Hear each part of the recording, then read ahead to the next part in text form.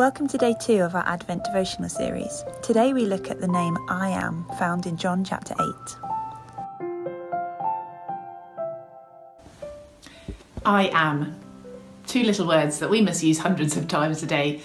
They're words that we almost gloss over, waiting to hear what follows them, to give us more information about who someone is or what they're doing. I am Liz. I am mum to 3 boys. I am freezing cold. And we'll see over the next few weeks that Jesus used these 2 words to introduce a number of the names that he used for himself. I am the light of the world. I am the good shepherd. But the name we're considering today is not one of the names that comes after the I am. It is the I am itself.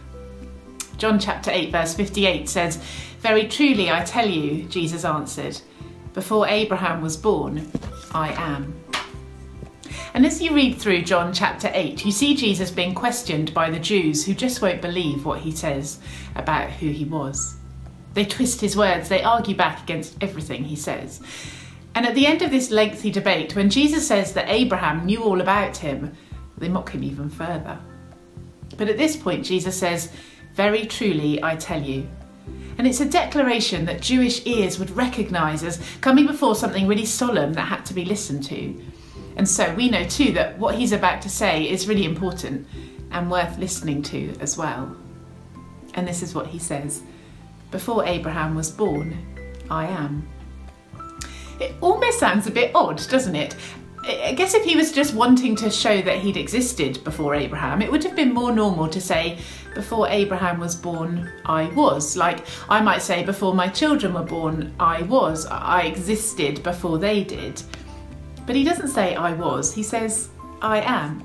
So it's a phrase that shows not just that he exists, or that he existed way before Abraham, but that he has always existed, that he is eternal. And when he says these words, "I am," however much the Jews had been arguing or blinded up until this point, this is where their words stop.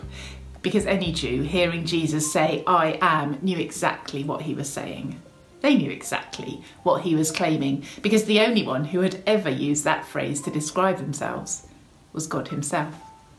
And so instantly, as Jesus said, "I am," their minds would have gone right back to the time when Moses encountered God at the burning bush, because these were exactly the same words that God had used when he declared his name to Moses.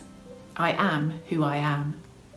It's an incredible phrase. It quite simply means that God is. He exists eternally. He has always been, he is now, and he always will be.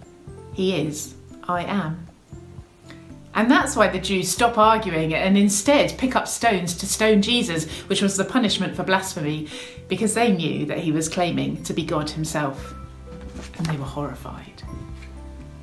And the tragedy for them is that although their response was wrong, they had in fact reached the right conclusion, because all the evidence of the Gospels points to the fact that Jesus really was the eternal I am, God made flesh, God come among us.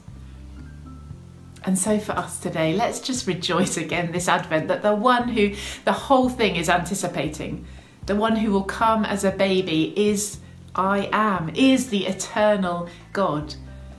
Perhaps if it's not too early in December for a carol, then have a listen to Hark the Herald Angels Sing and praise God for that line that says, "Veiled in flesh, the Godhead see." What an incredible truth. What a thing to rejoice over today, that the eternal God has stepped into this world, stepped into human skin, become like one of us, so that he could show us what God is like, and so that we could see him and we could know him.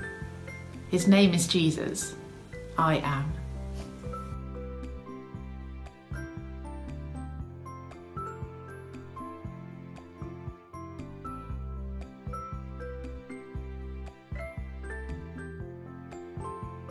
We hope you enjoyed today's devotional.